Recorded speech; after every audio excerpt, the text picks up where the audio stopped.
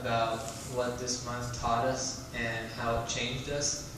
So tonight, inshallah, I don't want to take a lot of time, but I just want to point out a few points that we should be reflecting upon. Tonight, after we pray Shafar here in the masjid, we should go home and there won't be Tarawih, so we'll have time for just a few minutes before we sleep to reflect on how this month changed us. We've already discussed in the past week or so different benefits of the Quran, different goals, including brotherhood, thankfulness, and things like that. In the Quran, in Surah Baqarah, ayah 183, Allah clearly states the goal. We all try to interpret different goals of Ramadan, but Allah has told us already the main goal, the big goal. He says, "Ya ayyuhalladhina amanu alaykumus siyamu kama kutiba alal ladina min qablikum la'allakum tattaqun." And that's the goal. That's what we need to achieve in Ramadan.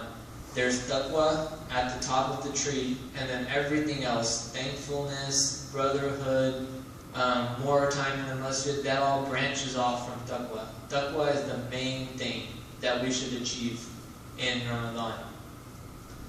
So when we see that, and we see how Allah clearly has told us, we don't seem to change that much in Ramadan. I mean, including myself. We don't do a very good job of taking what Allah has, the opportunity Allah has given us, and we don't make the best out of it. If you ask, everyone should be able to see the change that we have transpired, like the change the change in us. Everyone should be able to see it, Muslims, non-Muslims. And normally, if you ask somebody what's the change that you see in a certain Muslim after Ramadan, the main response is probably that we're eating at 2 o'clock now. And that's the main change that everyone sees. But really, there should be a change in our language. There should be a change in our akhlaq. There should be a change in everything.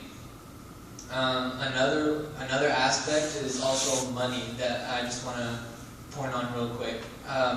Just a reminder to myself and everybody, if someone hasn't paid Zakat al-Fitr, then we should do that as soon as possible, because that's also a way of showing thanks, because that money will be dispersed to the less fortunate so they can have a good Eid, just as we will. But we see that during Ramadan there's multiple organizations that come and ask us for money, and sometimes, if you don't give money to at least one organization, you feel guilty, you feel bad. Zakat is also giving to the poor, and most people do the zakat in the month of Ramadan. So what that teaches us is that you should donate to the masjid and you should give to the poor. Outside of Ramadan, it's sadaqah, that's voluntary, and you should just always be giving to the masjid. So every Friday or something, you can pick a one day in the week, and you could just give a little bit to the masjid, a little bit for sadaqah, and inshallah you'll see a difference. Also in prayer, we see that most of us, or a lot of us, come to Isha and do Tarawih, at least 8 rakahs, some 20, we do Qiyam. So obviously it's in us, we can do it, it's just we don't do it outside of Ramadan. Now, our role model for everybody should be Muhammad Sallallahu Alaihi Wasallam. But if we're looking on a worldly perspective, we can see that our Imam is here most, if not all of the year, 5 times a day, or as much, more than 1 time a day. So Fajr is at 6 o'clock, Isha is at 9:45. You should at least, I'm a student myself, so I understand there are circumstances in this world that may not let you pray 5 times a day, but you don't have to leave your work for Dhuhr and come pray in the masjid. Asr, you might still be at work. Maghrib, you might be stuck in traffic on your way back home. But what are you doing at 6 o'clock in the morning? What are you doing at 9:45 at night? That's the question that you need to ask yourself. Most of the time it's 9:45, you're tired from work and you're just feeling lazy. we have, back then they didn't have cars. You get in your car, you turn the AC on, you come to the masjid, there's AC in the masjid, you pray, you don't have to do any heavy lifting or nothing, you just have to come pray in the masjid. Fajr, you're too lazy to wake up, the reason why we can do it now is because shaitan is locked up. What about when shaitan gets unchained? That's what we need to ask ourselves, and we're going to make sure that we make this effort. And I also want to point out that the effort that we make,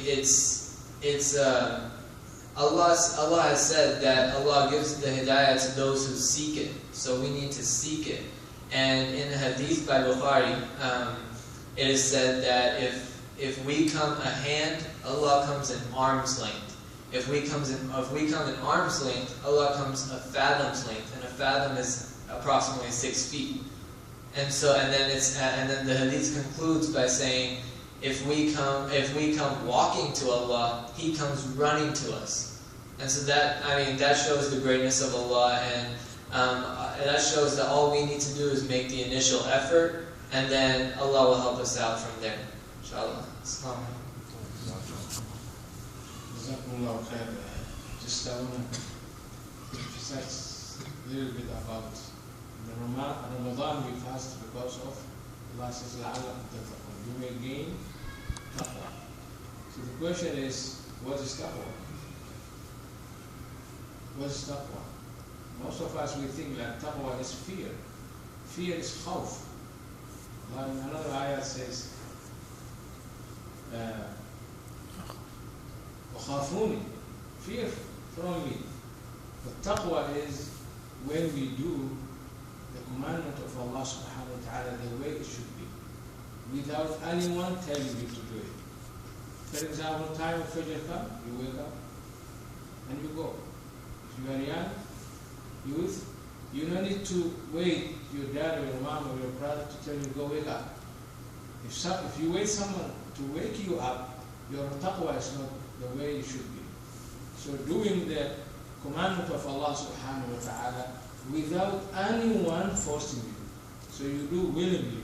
Like if you have kids at home, if one of them does his job without the father telling him, go sleep on time, do homework on time, whatever, he has taqwa.